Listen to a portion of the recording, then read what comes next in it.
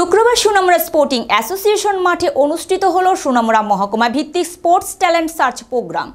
মহকুমার 4টি ব্লক, একটি পৌর পরিষদ এবং একটি নগর পঞ্চায়েতের অনূর্ধ্ব 10 এবং অনূর্ধ্ব 14 বালক বালিকাদের নিয়ে সর্বমোট 8টি ইভেন্টের এই প্রতিযোগিতা।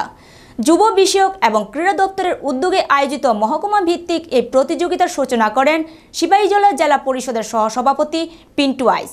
এছাড়া উপস্থিত ছিলেন 4টি ব্লকের পঞ্চায়েত সমিতির চেয়ারপারসন সহ জেলা পরিষদ সদস্যগণ এবং সোনামুড়া মহকুমা পুলিশ আধিকারিক শশীমোহন দেববর্মা সহ অন্যান্যরা।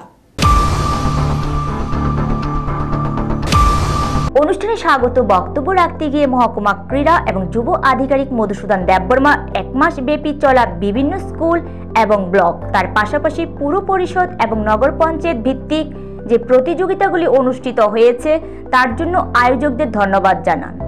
পাশাপাশি তিনি বলেন, সর্বমোট 8টি বিষয়ের উপর অনুষ্ঠিত প্রতিযোগিতায় মহকুমা থেকে বিজয়ীরা জেলা এবং রাজ্য স্তরে অংশগ্রহণ করবে।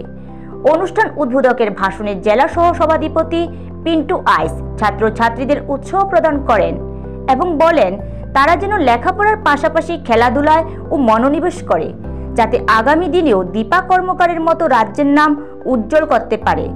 দেশের প্রধানমন্ত্রী এবং রাজ্যের মুখ্যমন্ত্রী খেলাধুলার অগ্রগতি নিয়ে যে স্বপ্ন দেখছেন সেটা যেন বাস্তবায়িত করা যায়, তার জন্য ছাত্রছাত্রীদের খেলাধুলায় এগিয়ে আসার আহ্বান রাখেন। তিনি বলেন, খেলাধুলার মাধ্যমে নিজেদের সুস্থ সবল হিসেবে গঠন করার পাশাপাশি সুস্থ সমাজ যেন গড়ে ওঠে এ প্রত্যাশাও করেন। এই প্রতিযোগিতামূলক খেলাধুলাকে কেন্দ্র করে ছাত্রছাত্রী এবং অভিভাবক মহলের মধ্যে যথেষ্ট উৎসাহ পরিলক্ষিত হয়।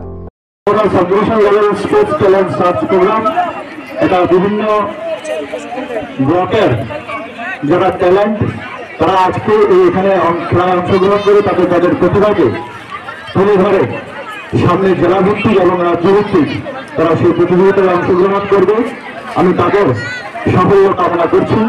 আমি আশা রাখছি আজকে যারা এই অনুষ্ঠানে খেলায় অংশগ্রহণ করে জিতে তোমরা আগামী দিনে দেশে এবং রাজ্যে এবং গ্রামের নাম উজ্জ্বল করবে, ব্লকের নাম উজ্জ্বল করবে। আমরা চাইছি প্রত্যেকে যে আজকে এই প্রতিভা যে অন্বেষণ প্রোগ্রাম এখান থেকে প্রতিভা খুঁজে বের করে আগামী দিন আমাদের রাজ্যের দীপা কর্মকার এবং আমাদের দেশের নীরজ সুপার মতো যারা খেলোয়াড় তাদের মতো উজ্জ্বল নক্ষত্র এখান থেকে বের হবে এবং আমাদের প্রধানমন্ত্রী এবং আমাদের রাজ্যের মুখ্যমন্ত্রী প্রফেসর ডক্টর মানিক সাহা মহোদয় যে স্বপ্ন দেখছেন সেটাকে তোমাদের হাত ধরে বাস্তবায়িত হবে।